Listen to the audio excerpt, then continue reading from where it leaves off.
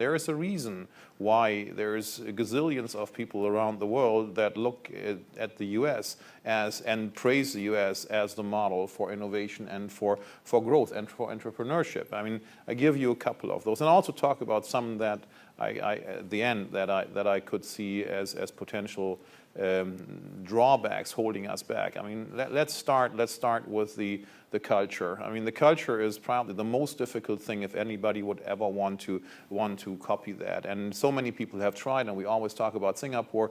But I mean, those of us who have worked in Singapore, I mean, know that even Singapore is far, far away from the ingrained open culture here that we have in the US. And how would I describe that? I would describe it in such a way that everybody kind of, when you grow up, get to know, you better roll up your sleeves and be on your own, because, you know, this is what this culture is all about. By the way, it doesn't matter where you came from. If you're good, you're going to find a way up through the ranks. It's a very, very society that's very easy to penetrate. And if you're good, you can make it. And by the way, the rewards are big too. If you're good, you're going to be highly rewarded. There are gazillions of examples around, have always been around, and they today look at the Mark Zuckerbergs of this world, and in last centuries looked at the Henry Fords, you know, and that's part of it. Another big part of the culture is failure is not seen as deadly, and that's a big, big difference to almost all cultures around the world.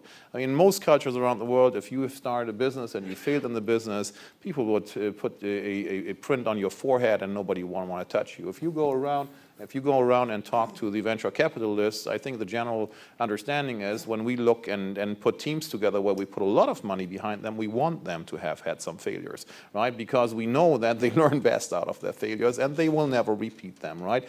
So those are things that are going big time for the US, right? The other thing that's going big time for the US, and that's impossible, almost impossible to copy, and very, very hard to copy, is some clusters. And we have this gigantic cluster that's called Silicon Valley, right? That has all the elements and even more, and that really dominates some industries, and that really is encapsulated in a physical space and has an unbelievable vitality. That, I think, is the reason I unfortunately wasn't here listening to the first panel this morning. I was still digging myself out of the snow over in New York.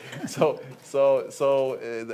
there's a reason why the first panel said in the media industries, we are the ones, we are dominating. And the reason for that is because we have this gigantic cluster and we invent new business models every day, and there are thousands of new startups. Let's not forget about that. And that's just one example. I mean, if you look at some of the technology sites, and some of those was mentioned before, we have a similar cluster around Boston in the medical space, in the biotech space, which I think we are only partially aware of. And the question is, you know, are we really talking about that enough, right? And then we have a big cluster in New York, the financial industry, where we used to be a leader until we really screwed it up, right? And now, frankly, I mean, the good news is people forget, and forgetting usually goes pretty fast, you know, and the cluster is still there, so I'm pretty optimistic about that coming back, right?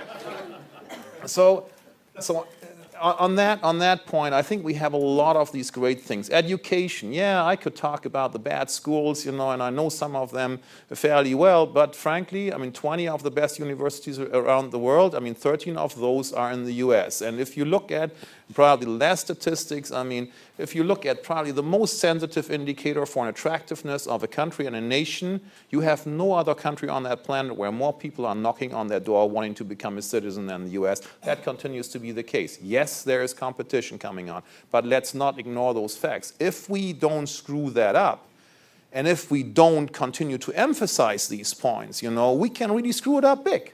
I mean, and we are on some of those elements because we have been, in the last years, because we went through this tremendous crisis, we have been emphasizing the negative because it was stuck in our face, right? It was unavoidable, lots of stuff going on there. But in the end, let's emphasize the positive because we need this to create a better future.